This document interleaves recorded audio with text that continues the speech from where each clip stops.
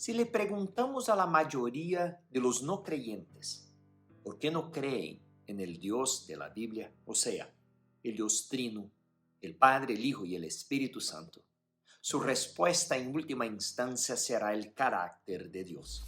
Claro, pueden mencionar la falta de evidencia, la hipocresía en la iglesia, los líderes humanos, pero cuando se llega al fondo, tienen un problema con Dios.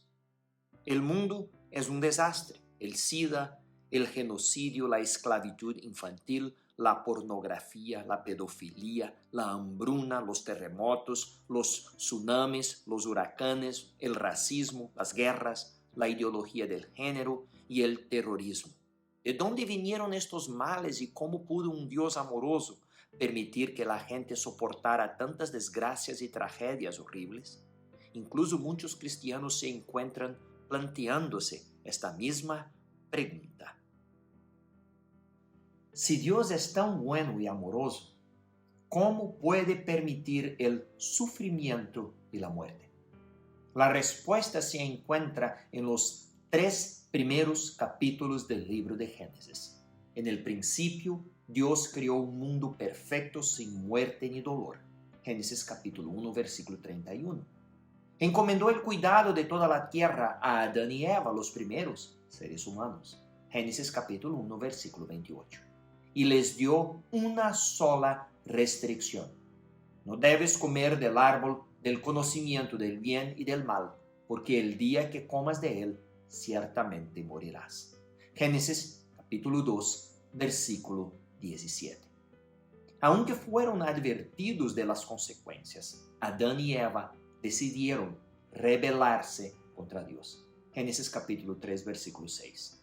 Lo que trajo la maldición sobre la tierra e introdujo el dolor y la muerte en la creación originalmente perfecta de Dios. Génesis capítulo 3, versículos 16 al 19. La Escritura nos dice que, por tanto, como el pecado entró en el mundo por un solo hombre y por medio del pecado entró la muerte, así la muerte pasó a todos los hombres, por cuanto todos pecaron. Romanos capítulo 5, versículo 12. Y ahora toda la creación gime bajo la maldición. Romanos capítulo 8, versículo 22. El problema del mal es muy real, pero no es un problema de Dios. Para entender esto, considere la siguiente pregunta. ¿Cómo pudo Dios enviar a la gente al infierno? Muchas personas luchan con esta pregunta porque no entienden correctamente la naturaleza caída de la humanidad y el carácter perfecto de Dios.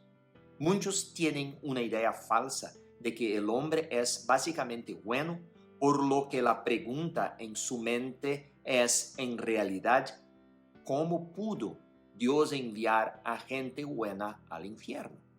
Otros tienen la idea falsa de que Dios no debería enviar a nadie al infierno debido a su amor por todos, sin importar cuán pecadores sean.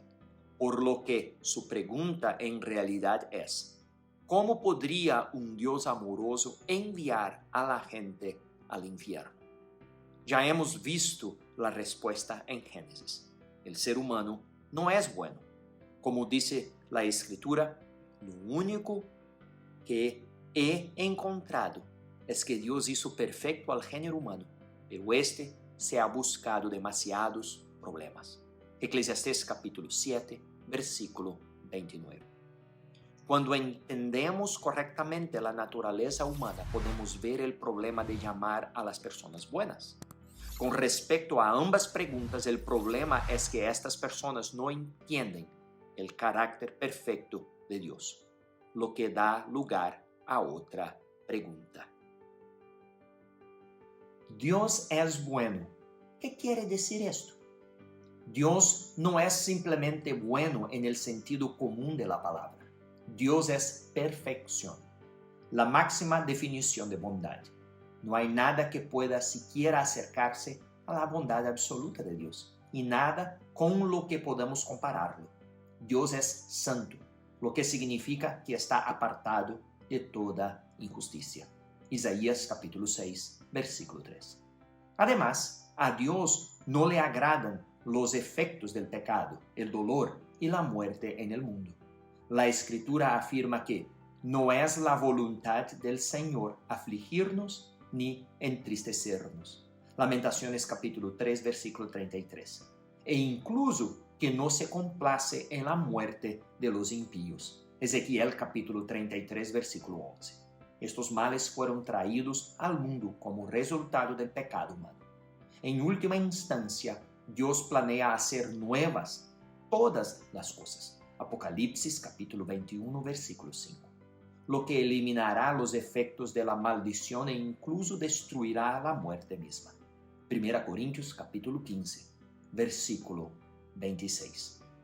Aunque Dios nos ama, es porque Él es completamente bueno y justo, que no puede simplemente pasar por alto o tolerar el mal. Él lo odia. Una mirada al Salmo 5 nos ayudará a entender mejor la bondad de Dios. Observe lo que Dios llama mal y su respuesta al mismo. No eres un Dios que se complazca en la maldad. Los malvados no pueden habitar contigo.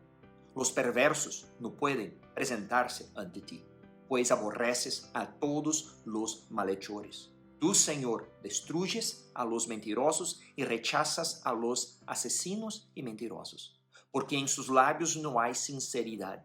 Dentro de ellos no hay más que maldad. Su garganta es como un sepulcro abierto y su lengua solo emite falsas alabanzas. Salmo capítulo 5, versículos 4 al 6 y el 9.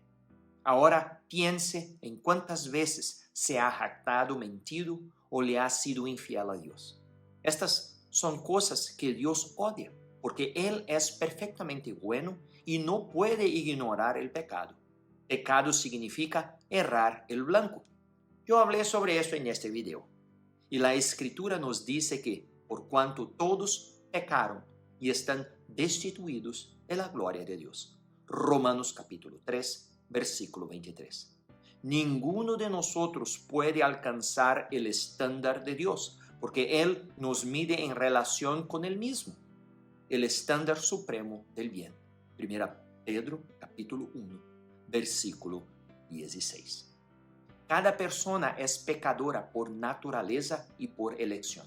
Romanos capítulo 5, versículos 12 al 21. Isaías capítulo 53, versículo 6. Y no podemos hacer nada para purificarnos. Ninguna cantidad de buenas obras puede cubrir lo que hemos hecho mal. De hecho, la Biblia dice que toda nuestra justicia es como un montón de trapos de inmundicia ante el santo Dios creador. Isaías capítulo 64, versículo 6. Dios es el juez supremo de toda la tierra. Salmo capítulo 96, versículo 13. Génesis capítulo 18, versículo 25. Y un buen juez no puede dejar que un criminal culpable quede impune. Dios no compromete la justicia, por lo que debe castigar a quienes hacen el mal, como vemos en el siguiente versículo del Salmo 5. Castígalos, Dios mío, que sus propios errores los hagan caer. Recházalos por sus muchos pecados, pues grande es su rebeldía contra ti. Salmo capítulo 5, versículo 10. Esto es justicia. Todos son culpables ante Dios. Y si Él condenara a toda la humanidad, eso sería justo, porque todos merecemos el castigo de la muerte eterna en el infierno.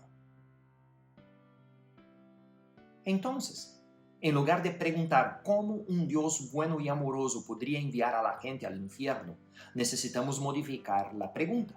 ¿Cómo puede un Dios bueno y amoroso no enviar a la gente pecadora al infierno? Con esto en mente, considere el siguiente versículo del Salmo 5.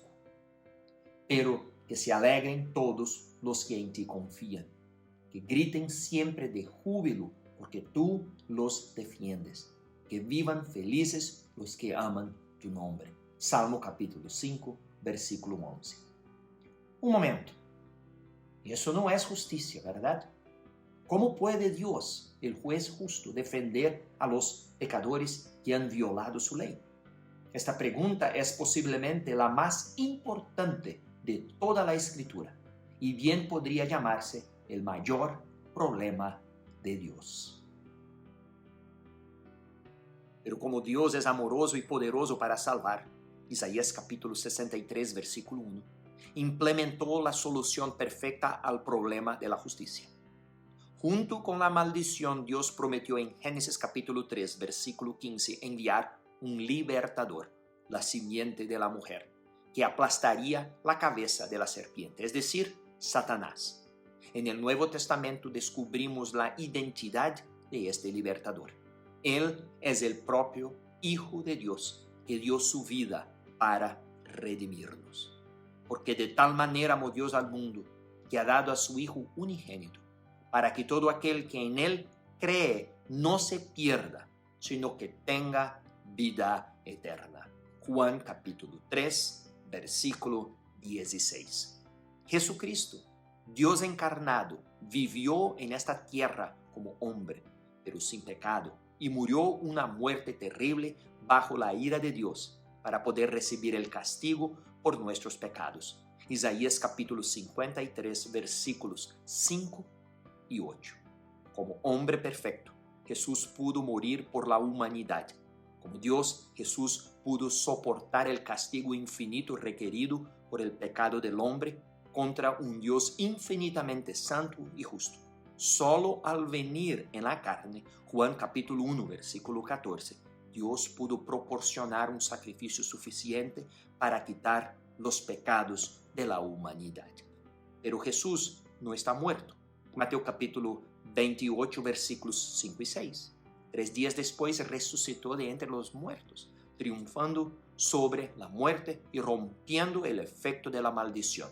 Apocalipsis capítulo 1, versículo 18. Para que todo aquel que crea en Él y se arrepienta de su pecado pueda ser liberado y vivir por la eternidad con su Creador. Hechos capítulo 3, versículo 19. Romanos capítulo 10, versículo 9. Romanos capítulo 6, versículo 23. El Dios de la Biblia, el Dios verdadero, el Dios trino, es un Dios amoroso y justo. Esto es, con toda certeza, la verdad.